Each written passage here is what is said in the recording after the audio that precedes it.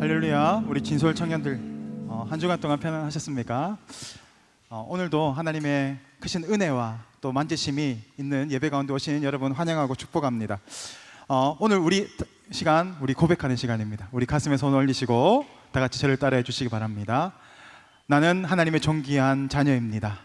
나는 하나님의 존귀한 자녀입니다. 나는 지금보다 더 영광스러운 삶을 살아낼 것입니다. 나는 지금보다 더 영광스러운 삶을 살아낼 것입니다. 열방의 나를 통하여 그리스도를 만나게 될 것입니다. 열방의 나를 통하여 그리스도를 만나게 될 것입니다. 이 고백대로 언젠가 이루어지게 될 것을 믿습니다. 이 시간 우리 말씀을 받겠습니다. 이 시간 우리에게 주시는 복된 시간에 주시는 하나님의 말씀은 마가복음 15장 37절에서 41절까지의 말씀입니다. 마가복음 15장 37절에서 41절까지 말씀, 믿음의 안전거리라는 제목으로 하나님 말씀을 받겠습니다. 자, 마가복음 15장 37절에서 41절까지 말씀을 한 절씩 우리 교독해서 읽겠습니다. 예수께서 큰 소리를 지르시고 숨지시니라. 이에 성소 휘장이 위로부터 아래까지 찢어져 둘이 되니라. 예수를 향하여 섰던 백부장이 그렇게 숨지심을 보고 이르되 이 사람은 진실로 하나님의 아들이었도다 하더라. 멀리서 바라보는 여자들도 있었는데 그 중에 막달라 마리아와 또 작은 야고보와 요새의 어머니 마리아와 또 살로메가 있었으니 같이 있습니다. 이들은 예수께서 갈릴리에 계실 때에 따르며 섬기던 자들이요 또 이 외에 예수와 함께 예루살렘에 올라온 여자들도 많이 있었더라. 아멘. 여러분, 이제 드디어 이번 주, 다음 주죠. 오는 금요일, 토요일 이렇게 힐링 트립을 떠나게 됩니다. 이번 힐링 트립의 주제는 하나님의 인도하심을 경험하는 겁니다. 하나님의 인도하심 가운데에서 우리가 쉼과 누림을 어떻게 누려야 하는지를 나누고 배워보는 시간이 될 겁니다. 우리가 그 모든 계획을 하나님께 다 맡기고, 하나님 어디로 가야 될까요? 하나님 무엇을 해야 할까요? 그 모든 것을 하나님께 맡겨보는 거예요. 그리고 하나님에서 인도하심을 우리가 경험하고 그곳에서 이렇게 우리가 누림을 경험할 수 있는 거구나, 이렇게 우리가 하나님께 맡겨드릴 때 하나님 살아계셔서 진짜 우리 인생을 인도해 가시는구나 라는 것들을 경험해보는 시간이 되기를 원합니다. 우리는 항상 뭔가를 얻어내려고 합니다. 그런데 그게 아니거든요. 하나님께 맡겨드리면 하나님 우리에게 보여주시는 부분들이 있어요. 그것을 그쪽으로 가면 되는 거예요. 근데 그게 힘들죠. 자꾸 불안해, 이쪽이 아닌 것 같아, 자꾸 두려움이 오고 염려가 오니까 못 가는 거거든요. 근데 그것들을 우리가 맡겨보는 겁니다. 그리고 하나님께서 우리에게 원하시는 것들은 뭐지요? 하나님 우리를 어디로 인도해 가서 우리에게 무엇을 보여주고 싶어 하시는지요, 우리가 그런 것들을 경험해 보는 시간이 될 겁니다. 기도로 잘 준비하시고 그곳에서 또 하나님의 인도하심을 꼭 경험하고 또 풍성한 그런 은혜와 간증이 넘치기를 소망합니다. 자, 여러분, 그 사람 사이에 거리가 있습니다. 이게 1960년대부터 이 사람 사이의 거리를 연구해왔던 에드워드 홀이라는 사람이 있었습니다. 그러니까 워싱턴 뉴욕 타임즈에 기사를 냈어요. 사람 사이에 거리가 있는데 총 3가지의 거리가 있다는 거죠.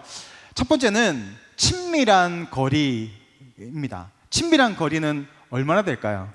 45cm 정도 안팎의 거리입니다. 그러니까 45cm 하면 30cm 자보다 조금 더 넓은 거리인 거죠.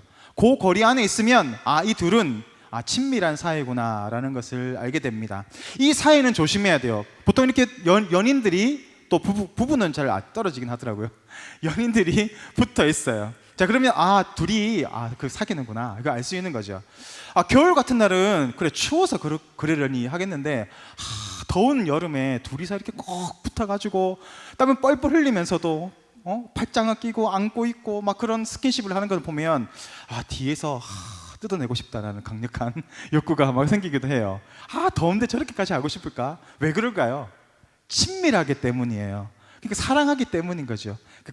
그렇게 가까이 붙어서 서로 막 이게 스킨십도 하고 합니다. 자, 요 사이에 우리가 다른 사람이 들어가게 되면, 다른 이성이 들어가게 되면 이제 문제가 생기는 거예요. 지금 친밀한 거리가 되지 않는데, 연인의 사이도 아닌데 요 45cm 안으로 들어가면 이제 어떤 감정을 느낍니까? 부담스러워지기 시작해요. 그러면서 이제 스킨십이 만약에 있다. 그러면 변태가 되는 거예요. 그러니까 조심하셔야 돼요. 나는 지금 우리가 서로 관계가 안 돼. 그러면 이 45cm를 잘 유지를 하셔야 됩니다.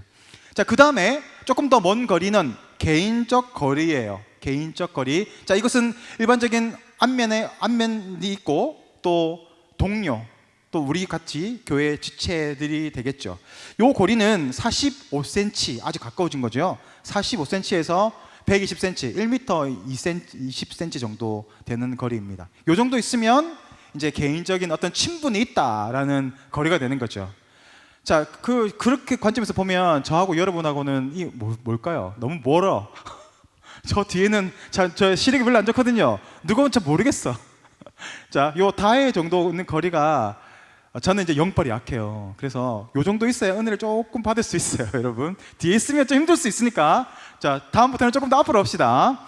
자, 이 개인적인 거리가 45cm에서 120cm입니다. 자, 그러면 마지막으로 이 사회적 거리가 있습니다. 사회적 거리는 훨씬 멀어요. 자, 1m 20cm, 그러니까 1.2m나 3.6m까지 된다는 거예요. 요 정도 되면 이제 처음에 인사하는 거리죠. 이게 뻘쭘해요. 그럼 안녕하세요. 네, 요 정도. 지금 다이하고 저 3.6m 정도 되는 것 같아요. 그렇죠?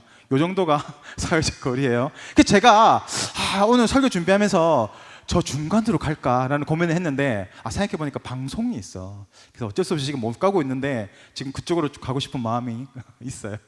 자, 이렇게 우리가 관계가 있습니다. 그래서 이 뒤에서 봤을 때 저 둘이가 45cm 안에 있으면 둘이 그렇고 그런 사이인가 수상하게 여기면 될 것 같아요. 자, 그리고 여러분 꿀팁이 있어요. 이 상대방이 나에게 호감이 있는가? 여러분 관심 많잖아요. 내가 저 상대방이 나한테 관심이 있는가를 알 수 있으려면 어떻게 하면 될까요? 내가 살짝 개인적인 거리까지 다가가 보는 거예요. 조금 45cm까지는 개인적 거리라 그랬잖아요. 자꾸 다가가 보는 거죠. 그러면 피하지 않아. 괜찮아, 허용이 돼. 그러면 친밀한 사이. 자꾸 누군가가 자꾸 다가와서 자꾸 나를 자꾸 스킨십 하려고 그래. 그럼 그건 뭘까요? 이 형제가, 이 자매가 나에게 관심이 조금 있구나, 호감이 있구나 라고 생각을 하면 되겠죠. 자, 이렇게 우리가 믿음의 거리가 있습니다. 우리가 하나님과의 그런 거리는 얼마쯤 돼야 될까요?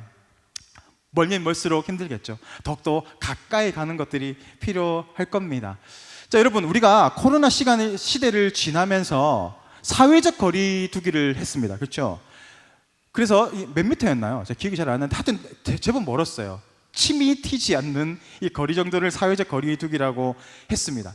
자, 그러면서 이 사회적 거리 두기를 하면서 비대면 예배가 되고, 그러니까 관계력이 막 떨어지기 시작하는 거예요. 관계가 잘 되지 않는 겁니다.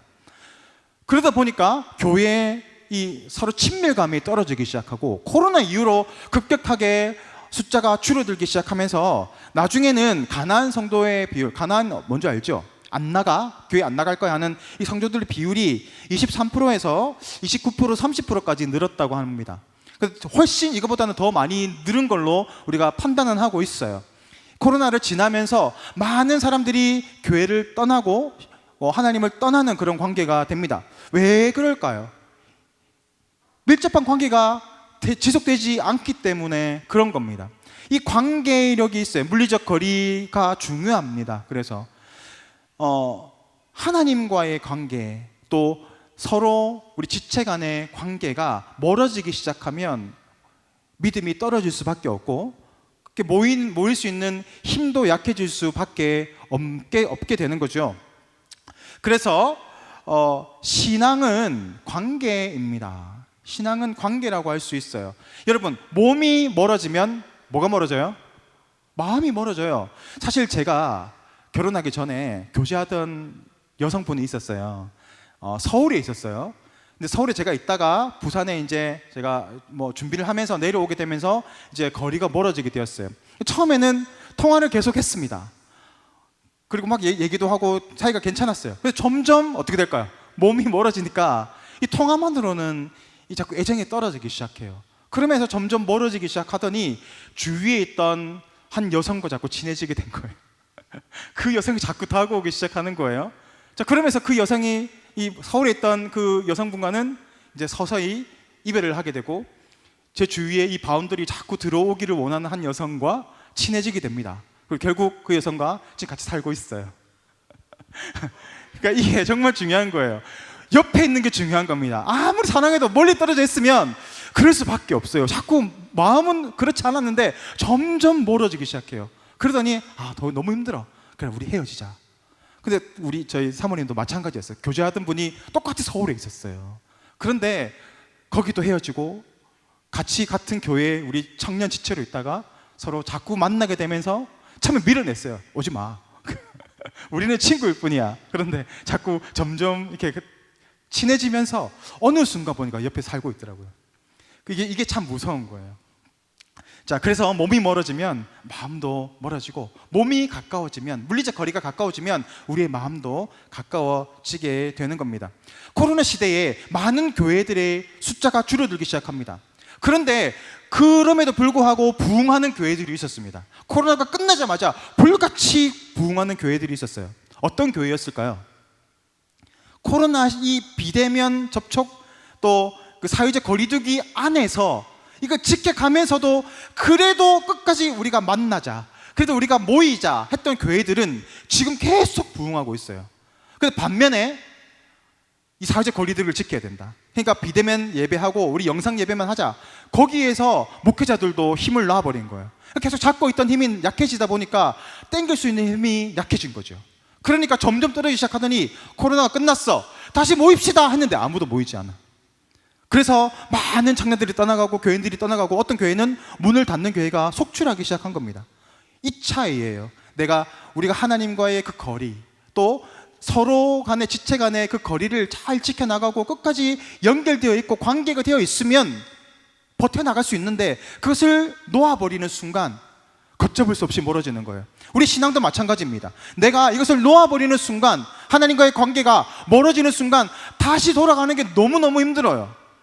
그렇지 않습니까? 그런데 내가 코로나 힘든 일이 있어도, 또 어려움이 있어도, 또 시험을 당하고 내가 절망한 가운데 있어도 끝까지 이 믿음을 붙잡고 있으면 그래도 하나님 밖에 나가가는 게 훨씬 수월할 수 있습니다.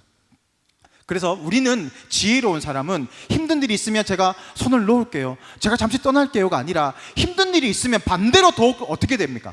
하나님께 더욱더 붙어야 돼요. 하나님, 내가 지금 힘들게 됐습니다, 내가 지금 죽게 되었습니다, 도와주세요 하고 더 붙어야죠. 근데 우리는 자꾸 반대로 가. 하나님과 점점 멀어져. 하나님 힘드니까 하나님 떠나갈게요. 자꾸 떠나가. 그러면 인생이 어떻게 돼요? 점점 더 힘들어요. 외톨이가 돼가요. 내가 뭔가를 할 수 있을 것 같지만 결국 내 힘 밖에 있는 부분들이 너무 많거든요. 그러면서 절망하게 되는 거예요. 그래서 나중에 어떻게 해요? 40대, 50대, 60대가 되면 두 손 들고 오는 거예요. 내 힘으로 안 되는군요. 두 손 들고 옵니다. 참부여 의지 없어서 돌아옵니다. 그렇게 되는 거예요. 지혜로운 사람은 어려운 일이 있을수록 더욱더 붙는 거, 더욱더 믿음 안에 거하는 거, 그리고 더욱더 목회자에게, 또 순장들에게 서로 우리 순원들을 서로 붙잡고 도와달라고, 나를 좀 잡아달라고 그렇게 얘기를 부탁을 해야 돼요. 그래야 우리가 살아날 수 있어요.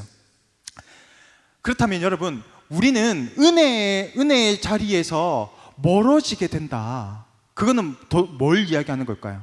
은혜의 자리에서 멀어져요. 예배의 자리에서 멀어져요. 기도의 자리에서 멀어져요. 그것은 곧 반대로 이야기하면 세상과 가까워지고 있다라는 의미가 되겠죠.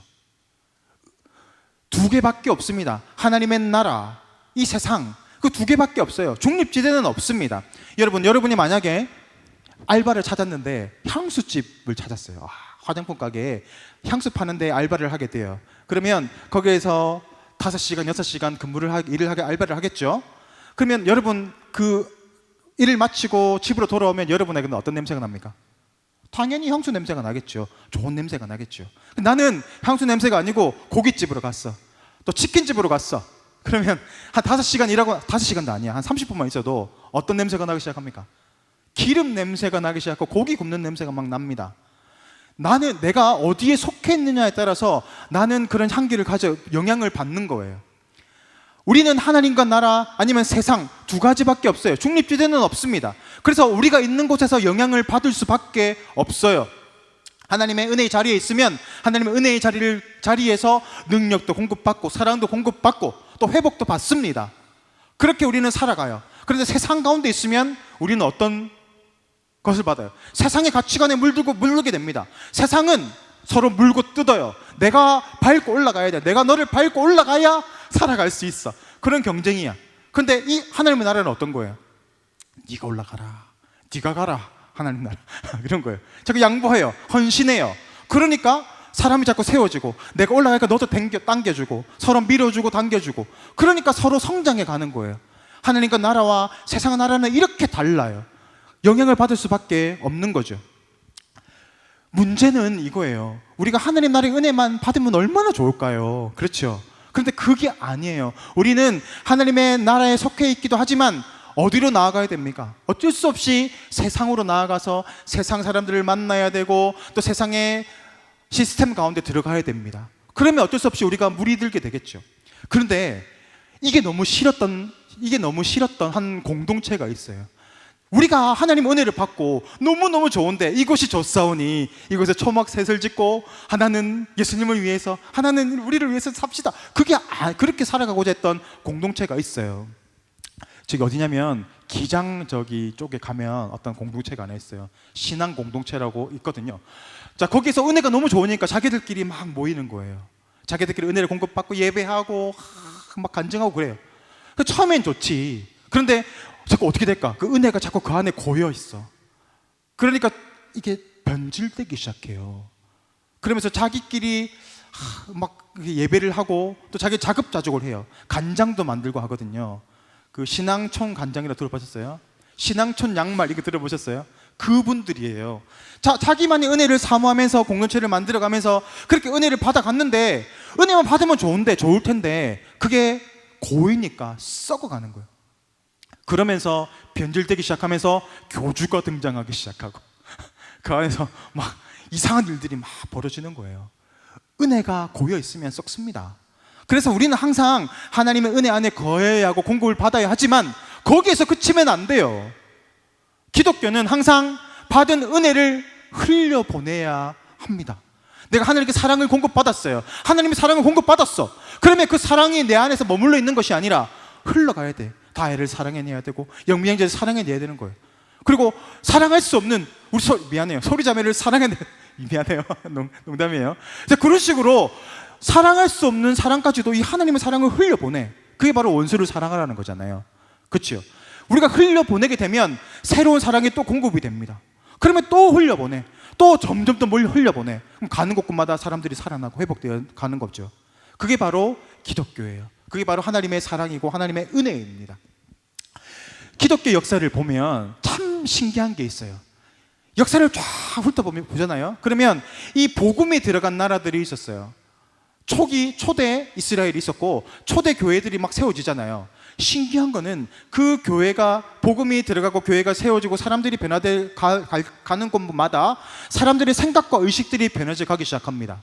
그러면서 그들의 행동이 변해져 가기 시작하고, 그들의 습관들이 끊어지기 시작하고, 안 좋은 구습들이 끊어져 가기 시작하고, 잘 되는 습관으로 변화되기 시작해요. 그러면서 그 나라가 강력한 나라가 되더라는 거예요. 여러분, 후진국을 보면 이게 안 됩니다. 후진국에서 부패는 하면 무조건 망해요. 여러분 그 영상을 보셨는지 모르겠어요. 짤을 보면 그 중국인 것 같아요. 부패해서 뭔가를 새우를 쫙 냈어. 그 사람들이 수십 명이 와가지고 이 그릇을 막 그릇에 이렇게 담아. 그래서 퍼가고 자기 몸에도 집어넣고 막 입에 집어넣고 나중에 주머니, 가방, 나중에 속옷까지 집어넣더라고. 그게 후진국의 의식이에요. 그게 뭘까요? 왜 후진국일까요? 후진국일 수밖에 없어요. 욕심으로 가득 차 있거든. 그러니까 더 채워가려고, 남한테 주지 않으려고 내가 다 채워가려고 하는 거예요. 그런데 이 복음이 들어오니까 그게 아닌 거예요. 생각이 변화되고 욕심이 사라지는 거예요. 여러분 초대교회의 모습을 보세요. 초대교회에 이제 성령이 임하고 나서 초대교회가 딱 세워져요. 그때 희한한 일이 벌어집니다. 교회 사람들이 서로 교회에 모이기에 막 힘써. 근데 그것뿐만이 아니라 자기가 있는 재산을 다 교회에 내. 누가 강요하지 않았어. 그래서 잘 보세요. 그 돈을 가지고 모든 자신의 돈을 다 모아서 같이 놔두는 거예요. 그리고 자기가 필요한 만큼 갖다 썼어요. 통용했다 그러거든요. 그리고 그 돈을 가지고 자기의 필요도 썼지만 구제하고 힘든 사람 복음 위해서 자꾸 썼어요. 그랬더니 모자람도 없고 남음도 없는 것. 그게 바로 하나님의 나라의 모습이에요. 그런데 그게 안 되니까 후진국인 거죠. 근데 복음이 들어오니까 그런 모습으로 자꾸 변화되기 시작하는 겁니다. 그러니까 복음이 들어온 나라들은 잘 살 수밖에 없고 선진국이 되는 거예요. 선진국의 나라는 정직해요. 우리나라가 이제 드디어 그렇게 됐어요. 제가 어릴 때만 해도 너무 생각들이, 의식들이 정말 후진국스러웠어요. 남의 거 가져가기 좋아하고 남의 거 먼저 챙기고 내가 먼저 챙겨야 됐어. 근데 지금은 그렇지 않잖아요. 커피숍에 가면 막 스마트폰이 굴러다니고 있고 노트북이 막 굴러다니고 있고 아이패드가 막 굴러다니고 있어요. 아무도 그것을 가져가지 않아요. 의식이 변화된 거죠. 우리나라가 언제부터 이랬을까요? 그전부터 그랬을까요? 아니에요. 점점 더 의식이 변화되기 시작한 계기가 있었어요. 우리나라 민족성이 좋아서 그런 게 아닙니다, 여러분. 우리나라 5,000년 역사를 보세요. 우리나라가 한 번도 강력한 적이 있었나요? 발해? 고구려? 물론 우리나라 역사 안에서는 강력한 거였지만 세계적인 역사 안에서는 아무것도 아니었어요. 우리나라는 참 약한 민족이었고 또 의식 수준도 그렇게 높지 않았습니다. 양반 문화가 있었고 체면 문화가 있었고 남존여비 사상이 있었고 안 좋은 건 다 있었어요. 100년 전만 해도 한 집 건너 한 집의 기생집이었다는 거예요. 그러니까 그 남자들은 기생 하나는 다 차고 있어야 되는 거예요. 그게 우리나라의 실제 모습이었어요. 근데 언제부터 이게 변화가 일어났습니까? 100년 전에 복음이 들어오면서부터 그런 기생집이 하나씩 문을 닫기 시작하면서 삶이 변화되기 시작하고 이게 생각들이 변화되기 시작하는 거예요. 그러면서 이제는 어떻게 돼요? 우리나라가 이전에는 코리아 하면 몰랐어. 제가 어릴 때만 해도 코리아 하면 우리나라는 아무도 모른다 그랬거든요. 근데 지금은 한국 하면 전 세계가 엄지손가락을 치켜들잖아요. 어떻게 그런 변화가 있을 수 있습니까? 저는 확신해요. 복음이 들어왔던 그 순간부터 우리가 변화되기 시작하고 지금 이제는 전 세계적으로 큰 영향력을 발휘하게 되었다라고 저는 확신합니다. 복음이 들어오면 이렇게 변화가 일어납니다. 우리가 하나님께 공급을 받아요. 공급을 받으면 우리 삶이 변화되는 거죠. 그런데 여러분 정말 가슴 아픈 것들이 있어요. 역사를 다시 한번 보면 아프리카에 처음에 그 에티오피아 내시를 통해서 간다게죠. 간다게 국고 맡은 자를 통해서 복음을 전해주고 그 나라가 복음이 융성해졌다고 그래요. 그리고 거기에서 유명한 신학자도 많이 나왔어요. 기독교 문화가 꽃피었어요. 거기도 부강한 나라가 되었습니다. 그런데 지금 흔적도 없잖아요. 최고 가난한 나라 에티오피아 아닙니까? 아프리카 다 빈국이잖아요. 처음부터 그렇지 않았어요. 왜 그렇게 복음이 들어가고 잘 살다가 잘 높은 의식을 수준을 가지고 있다가 다시 그런 모습으로 돌아갔을까? 지금 유럽의 영국, 프랑스 이런 나라들 보면 예전에는 최강대국이었잖아요. 점점 쇠퇴하고 있어요. 우리나라도 지금 점점 쇠퇴해가고 있잖아요. 왜 우리가 복음을 가지고 있고 그런 복음의 능력을 소유하고 있는데 왜 자꾸 이렇게 떨어질까? 더 올라가야 되는 거 아니에요? 저는 거기에 대해서 되게 의구심을 품었어요. 우리가 복음을 살아가는데 왜 자꾸 이런 일들이 생길까? 결론은 이거였어요. 흘려보내지 않았기 때문이에요. 하나님 우리에게 복을 주셨습니다. 그러면 그 복을 우리가 누리고 우리가 그 안에서 그렇게 경험을 하지만 그것만 아니라 흘려보내야 됐어요. 교회들이 더욱더 받은 은혜를 흘려보내고 또 기독교인들이 받은 축복들을 많이 받았잖아요. 그것들을 흘려보내야 됐어요. 내가 열심히 공부해서 남주자 이 사상들이 없어. 내가 열심히 공부해서 좋은 직장에 가서 내가 더 높은 사람이 되자. 세상의 가치 기준이잖아요. 그러니까 이 축복이 안에서 고이면서 썩어간 거예요. 그러니까 교회들이 어떻게 됩니까? 교회들의 모습들이 부패해지기 시작하잖아요. 교회가 높은 건물을 올리고 또 넓은 건물을 올리고 지교회를 막 지어가고 자신의 영향력을 만들어 가려고 했던 그런 모습들이 있었어요. 성도들도 마찬가지였습니다. 더 높은 자리에 올라가서 장로가 되고 더 높은 자리에 올라가서 내가 교회에서 어른이 되고 정치를 하려고 하는 그런 모습들이 자꾸 생긴 거예요. 그러니까 교회가 자꾸 썩어가기 시작한 거죠. 흘려보냈어야 되는 거예요. 내가 높은 자리에 올라가면 어떻게 됩니까? 더 섬겨야 됩니다. 지금 순장들이 있어요. 순장들은 그 위에서 여러분을 코치하는 그런 자리가 아니에요. 순장들이 리더십을 발휘하기 위해서는 더 섬겨내야 되는 거예요. 더 참아내야 되고 더 사랑해내야 되고 더 기다려줄 줄 알아야 됩니다. 그게 바로 기독교적인 리더십이에요. 그게 없으니까 이 공동체가 썩어가기 시작하는 겁니다. 힘을 잃어가기 시작하는 거예요. 그래서 한국교회가 지금 무너져가고 있는 거 아닙니까? 다시 우리가 힘을 내야 됩니다. 다시 한번 이 본질로 돌아가야 돼요. 내가 누구 위에 올려서 군림하라는 것이 아니라 영향력을 끼치려고 하는 것이 아니라 흘려보내야 돼. 섬겨내야 돼. 하나님 나에게 건강을 주셨어. 그러면 그 건강을 가지고 더 섬기는 거예요. 움직이는 거, 옮기는 거, 교회에 일하는 거 내가 감당하겠습니다 하는 거죠. 내가 지혜를 주셨어. 그러면 그래서 가르칠 수 있는 자리에서 더 열심히 섬겨내야 되는 겁니다. 반사를 하면 되잖아요. 지금 공부, 중고등부 얼마나 지금 많이 필요한지 몰라요.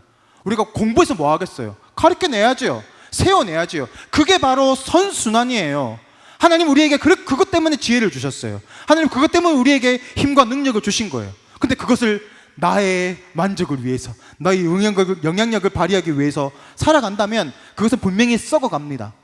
그리고 그 썩은 물을 우리가 마시게 될 거예요. 여러분, 교회는 나누어주는, 흘려보내는 전초기지가 되어야 됩니다. 마찬가지로 그리스도인이라면 받은 축복과 은혜를 흘려보내야 돼요. 그래야 우리가 살아납니다. 여러분, 약수터 가보셨어요? 산에 가면 이렇게 약수터가 있어요. 그러면 물이 쫄쫄쫄쫄쫄쫄 나오거든요. 그러면 그 그릇으로 이렇게 탁 봐가지고 탁 마셔요. 그래서 자꾸 마시다 보면 물이 다 달아, 많이 나오지 않거든. 근데 신기해요. 마시면 또 쫄쫄쫄쫄쫄쫄쫄 올라옵니다. 그 시간을 기다리면 다시 채워져요. 그러면 또 퍼마시면 돼요. 그런데 누군가 그거를 사유화했어. 못 마시게 딱 놔뒀어. 그러면 물은 그 자리에 넘치지 않아요. 항상 찰 만큼만 딱 차고 멈춥니다. 근데 계속 이게 퍼지지 않으면 나중에는 어떻게 되는 줄 알아요? 거기가 막히기 시작해요. 더 이상 물이 나오지 않아요. 그리고 어떻게 됩니까? 물이 썩어갑니다. 하나님의 은혜가 그런 거예요. 하나님의 은혜는 나누어주고 퍼주고 퍼져도 계속 나갑니다. 여러분 혹시 이런 곡 알아요? 이상하다 동전 한 입 움켜잡으면 없어지고 쓰고 나누어주면 풍성해져 산 위에, 맞나요? 풍성하네. 하여튼 이런 가사였던 것 같아요. 자꾸 나누어주면 더 채워주는 거예요. 그게 하나님의 축복입니다. 우리가 그렇게 살아내기를 원하십니다. 하나님은. 여러분, 그렇다면 우리가 은혜의 공급을 받아야 되는데 이 은혜의 공급은 어디서 받습니까? 우리 예배를 통해서 하나님의 은혜를 받아요. 그래서 우리가 예배의 자리로 자꾸 나와야 됩니다. 비대면이 아니라 자꾸 대면 예배를 드리고 나와야 돼요. 그리고 기도의 자리로 나아가야 돼요. 그렇게 될 때 우리가 은혜가 공급됩니다. 이 예배라는 것은 공적인 예배, 이 자리에 나와서 같이 예배 드리는 것 뿐만이 아니라 여러분 삶의 예배가 있어요. 삶의 예배. 그래서 여러분의 그 삶의 자리에서 하나님을 예배하고 하나님을 찾고 하나님을 찬양하고 큐티하고 그런 삶의 예배를 통해서 또 여러분의 하나님 은혜를 채워주십니다. 어떤 자매를 만났어요. 너무 힘든 상황 가운데 있어요. 너무 힘들지 않니? 너무 힘들어하지 않는 거야. 이상했어. 어떻게 왜 힘들지 않을까? 자꾸 얘기를 하다 보니까 이게 있었어요. 자기 방에, 자기 집에 기도의 골방이 있다는 거예요. 누가 봐도 힘든 상황이야. 어떻게 내가 도움을 줄 수 있을까라고 고민을 하면서 만났는데 전혀 고민이 없는 거야. 알고 봤더니 기도의 골방이 있었어. 은혜의 채워짐이 있었던 거예요. 그러니까 그 은혜의 채워짐을 통해서 힘든 그 상황을 극복해 나가는 거예요. 그러니까 힘이 하나도 들지 않다는 거. 됐다. 그러면 됐다. 그 제가 걱정하지 않아요. 하나님께서 아담에게 명령을 하시잖아요. 문화 명령을 주세요. 뭡니까? 이 땅을 정복해라, 다스리라, 이 땅에 충만하라 라고 했어요. 그래서 이 구절을 잘못 해석한 십자군들은 어떻게 합니까? 칼을 들고 이스라엘을 향해 나아가기 시작합니다. 근데 나중에 지잖아요. 막 몇 번 져요. 그런 의미가 아닌 거예요. 이 세상을 어떻게 정복해 나갑니까? 다스리라. 그것은 칼과 힘과 능력으로 가는 게 아니에요. 하나님이 아담에게 주셨던 그것은 하나님에게 공급받았던 그 은혜, 그 사랑을 흘려보내는 겁니다. 사랑해내고 용서해내고 또 기다려주고 또 참아내고 위로해내고 그렇게 하나님의 사랑을 흘려가니까 그 땅이 변화되기 시작하는 겁니다. 사랑으로 이 사람들이 변화되기 시작하는 겁니다. 저 사람이 나를 정말 사랑하는구나. 나를 위해서 자신의 것들 다 내려줄 수 있는 그만큼 나를 사랑하는구나. 그러면서 그 땅이 정복돼 가는 거예요. 문화 명령은 그것입니다. 내가 힘이 세져서 능력이 있어서가 아니라 하나님의 사랑을 받은 사랑을 흘려보낼 때 그 땅이 정복돼요. 그 땅에 하나님의 나라가 세워지는 겁니다. 하나님의 나라라는 것은 하나님의 말씀과 하나님의 법이 다스려가는 나라이기 때문에 그렇습니다. 그게 바로 우리가 나아가야 하는 사명입니다. 공부 열심히 해서 좋은 대학에 가서 그것도 물론 하나님의 영광이 될 수 있죠. 좋은 직장에 가서 돈을 많이 벌어서 선교하겠습니다. 그것도 물론 좋은 영향력이 될 수 있습니다. 그렇지만 가장 근본적인 것은 내가 하나님의 그 사랑과 은혜를 받은 그대로 흘려보내면 돼요. 내가 하나님의 용서를 받았으면 나도 나에게 빚진 자를 용서해내고, 내가 하나님께 능력을 받았으면 그 사람을 도와줄 수 있도록 내가 그 사람을 능력 있게 세워나갈 수 있는 자리로 나아가는 겁니다. 헌신해야 되는 겁니다. 그게 바로 우리에게 주셨던 사명, 문화 사명이에요. 그게 바로 하나님의 나라를 이루어가는 겁니다. 정복이 되는 겁니다. 오늘 우리가 이 본문 말씀을 봅니다. 어떤 내용입니까? 예수님께서 십자가에 못 박혀 죽으시는 장면입니다. 너무나 무기력하게 매달려 있지 않아요? 아무것도 하지 못하고 침뱉음 당하시고 조롱 당하시고 그렇게 갖은 고난을 다 당하시다가 결국 무기력하게 십자가에 못 박혀 죽으십니다. 죽으시면서 뭐라고 합니까? 엘리 엘리 라마 사막다니. 무슨 말이에요? 나의 하나님, 나의 하나님, 어찌하여 나를 버리셨나이까? 그리고 이렇게 하면서 운명하세요. 숨을 거두세요. 그 모습이 흡사 승리자 같습니까? 패배자 같이 보이지 않습니까? 너무 무기력하게 보이지 않습니까? 그 예수님을 바라보고 있던 여인들을 바라보십시오. 제자들이 있습니다. 그들은 하나님과 늘 함께 했습니다. 예수님과 늘 함께 했습니다. 예수님의 기적을 경험했고, 예수님의 말씀을 들었고, 예수님의 능력을 몸소 체험했습니다. 그가 하나님의 아들이시라는 것을 계속해서 들었습니다. 그런데도 불구하고 그들은 아무것도 할 수 없어요. 그저 멀리서 떨어져서 아무것도 하지 못하고 나는 예수님의 제자가 아닌 척 하면서, 어떤 사람은 예수님을 저주하면서 멀찍이 떨어져 있어요. 그게 바로 이 제자들, 함께 했던 여인들의 무기력한 모습이었습니다. 그런데 오늘 성경이 우리에게 보여주고 있는 한 사람이 있습니다. 이 사람은 백부장이었어요. 백부장은 이 예수님을 처형하기 위해서 지금 부름받은 사람, 쓰임받고 있는 사람이에요. 예수님을 매다는 일들을 감독하고 그것을 보고하는 역할을 하는 사람이었습니다. 그는 이스라엘 사람이 아니었습니다. 로마의 사람이었습니다. 그는 이방인이었습니다. 그런데 오늘 이 백부장이 예수님의 죽으심을 처음부터 끝까지 바라보면서 그가 놀라운 고백을 합니다. 그의 고백이 무엇입니까? 그는 진실로 하나님의 아들이었도다. 이런 고백을 하는 거예요. 예수님과 3년 반을 같이 함께 했던 제자들의 입에서가 아니라 예수님을 십자가에 못 박고 있는 이 백부장의 입에서 이런 놀라운 고백이 나타나고 있어요. 어떻게 설명할 수 있습니까? 이 사람이 예수님을 알았던 사람일까요? 성경은 거기에 대해서 아무런 힌트도 주지 않고 있어요. 아마 아닐 가능성이 훨씬 더 큽니다. 그런데도 불구하고 이 백부장이 어떻게 이런 놀라운 고백을 할 수 있습니까? 성경은 두 가지 대립구도를 보여주고 있습니다. 대립구도를 보여주고 있습니다.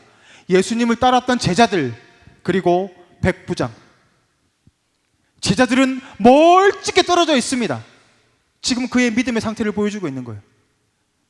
다가갈 수 없는 무기력한 그 상황 가운데 있음을 보여주고 있는 겁니다. 반면에 이 백부장은 예수님을 마주보고 서 있습니다.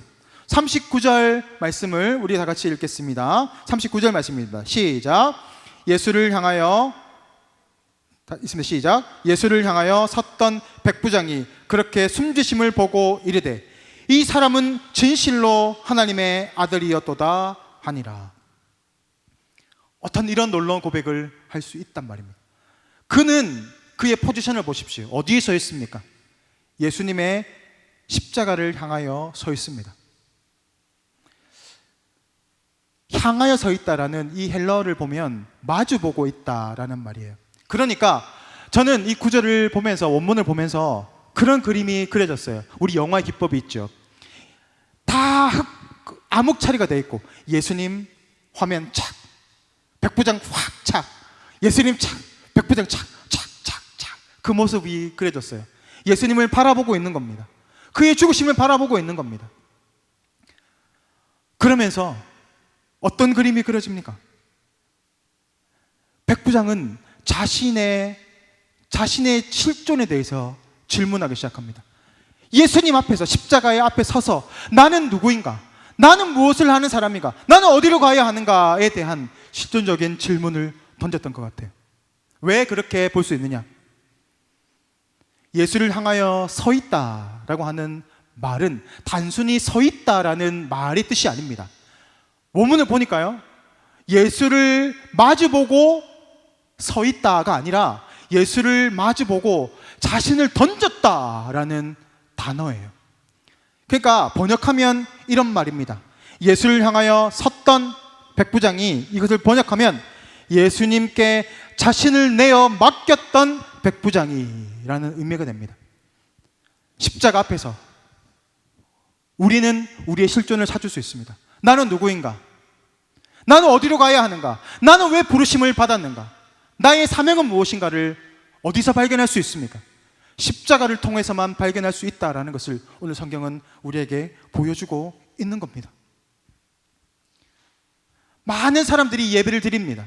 예배자를 지금도 수천, 수만 명, 수십만 명의 사람들이 주일 예배를 드립니다. 그곳에서 진짜 하나님의 임재를 체험하는 사람은 얼마나 될까요? 그곳에서 나의 사명을 발견하고 나를 위해서 죽으셨던 그 하나님의 사랑을, 그 예수님의 그 희생과 그 은혜를 경험하는 사람은 얼마나 될까요? 수많은 사람들이 훈련을 받는다고 자랑합니다. 나는 SFC 훈련을 받았습니다. 나는 CCC 훈련을 받았습니다. 나는 선교단체 훈련을 받았습니다. 그게 중요한 게 아닙니다. 내가 지금 어디에 서 있는가? 내가 지금 무엇을 바라보고 서 있는가? 훈련을 바라보고 서 있는 게 아니에요. 이것은 단지 자리를 채운다고 해서 여러분은 예배자라고 할 수 없습니다. 여러분이 예배자가 되기 위해서는 여러분이 봐야 하는 데가 있습니다. 여러분이 서야 하는 자리가 있습니다. 여러분이 그곳에서 여러분의 정체성을 찾아가야 됩니다. 내가 서 있는 곳이 어디입니까? 누구를 바라보고 있습니까? 십자가를 바라봐야 됩니다. 십자가 앞에 나를 찾아야 됩니다. 십자가 앞에서 주님, 나를 왜 부르셨습니까? 나는 어디로 와서 어디로 나아가야 합니까? 주님, 나는 어떻게 살아야 합니까? 난 도저히 모르겠습니다. 그때 주님은 만나 주십니다. 오늘 십자가에 무기력하게 매달려 있던 그 예수님께서 십자가 앞에 섰던 이 백부장을 만나 주셨고, 그 백부장의 그 고백이 이겁니다. 예수님을 향하여서 자신을 내어 맡겼던, 예수님을 향하여서 자신을 드렸던 예배자가 되었던 이 백부장이 말하기를, 그는 진실로 하나님의 아들이구나. 이 고백이 있었던 거예요. 신앙의 길에서 내가 지금 하나님을 만나지 못하고 있는 그런 답답한 상황 가운데 있지는 않습니까? 예수님을 만나기를 원하는데 어디로 가야, 무엇을 해야 예수님을 만나야 될지 답답해하는 그런 지체들은 없습니까? 답은 하나밖에 없습니다. 답은 명확합니다. 십자가 앞으로 나아가야 됩니다. 예수님 앞에 나아가야 합니다. 예수님만이 우리의 구원자시요 우리의 해결자가 되십니다. 그 앞에 나아가야 해답을 얻을 수 있습니다. 여러분, 실존의 무릎을 나아가십시오. 주위의 사람들을 바라보는 것이 아니라 주님께 나아가기를 원합니다. 주님, 나를 만나 주십시오. 내가 어디로 가야 되겠습니까? 내가 무엇을 해야 되겠습니까? 주님, 나를 왜 부르셨습니까? 주님, 나는 어떻게 해야 되지요? 이 어려운 상황 가운데에서 무엇을 향해 나아가야 되겠습니까? 무엇을 붙잡아야 되겠습니까? 물어보십시오. 그러면 백부장을 만나 주셨던 것처럼 여러분의 마음 가운데 말씀하실 것입니다. 저도 그런 경험이 있습니다. 정말 어디로 가야 할지 모르는 그 상황 가운데에서 하나님 앞에 무릎 꿇었습니다. 그랬더니 하나님이 만나 주셨어요. 너무나 명확하게 말씀해 주셨어요. 그래서 내가 준비하고 있던 모든 계획을 다 내려놓아도 후회함이 없었습니다. 그런 은혜를 우리 여러분 다 체험할 수 있기를 원합니다. 오늘 이 시간 우리가